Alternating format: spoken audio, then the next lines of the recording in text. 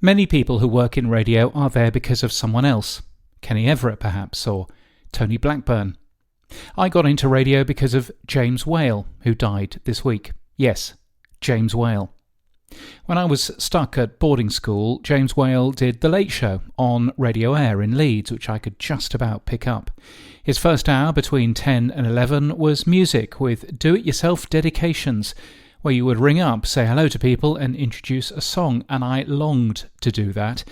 I don't think I ever did, but I did learn how to pronounce Basha's full name in case I ever got to do a do-it-yourself dedication for her 1980s hit Primetime TV. Basha Chechelevska, in case you're wondering, a backing singer for Matt Bianco. I don't think I ever once managed to use that knowledge on the radio. Whale's phone-in after 11 was hyped to be edgy, adult-themed and not for the faint-hearted. His first 10 minutes was very sternly informing everyone that you could not listen if you were under 16. Whaley had listener-produced jingles which he'd play out of ad breaks, lyrics like "too much lip" or "a naughty word, then the plug's pulled out." In reality, it wasn't anywhere near as edgy.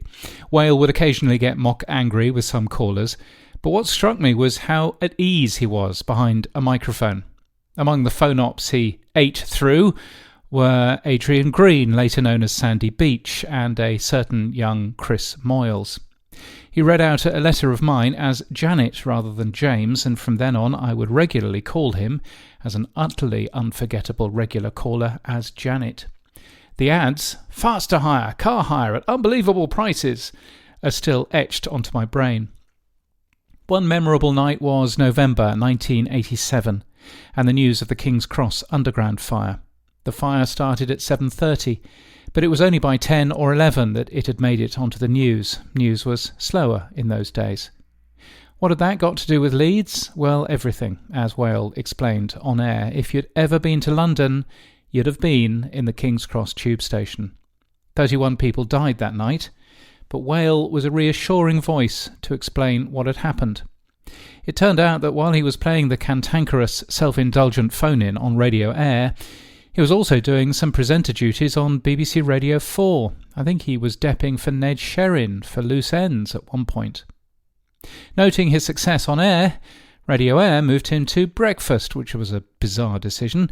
He was quickly moved back to late nights, and then, in a cost-cutting move by owners Transworld, his phone-in was also taken by Red Rose Radio in Preston, replacing Alan Bezic on the station. I visited the studio a few times, once just to watch. He couldn't have been nicer. And then he moved to cheap television for a while. Initially live simulcasting on Radio Air, then just from Radio Air's studios while someone else did a music show, which was a bit weird. And then down to Talk Radio UK, where his act changed a bit and I just lost touch. Until on the day that I left the BBC, I sent him an email to say thank you. And to my surprise, he wrote back. "Meet for lunch," he said, and we did. Quite a boozy lunch, which he insisted on paying for in one of his favourite restaurants in the West End. I don't think he remembered me much, and why should he? But we chatted a lot about the people we both knew, and he pressed me on how to get a job at Radio 2. I'm a good music jock, he'd tell me. I'm not sure I was much help. And then, after a bottle of wine, he walked down to Leicester Square to broadcast to all of London. They say don't meet your heroes, but I'm glad I did, and I'm glad I got to say thank you to him.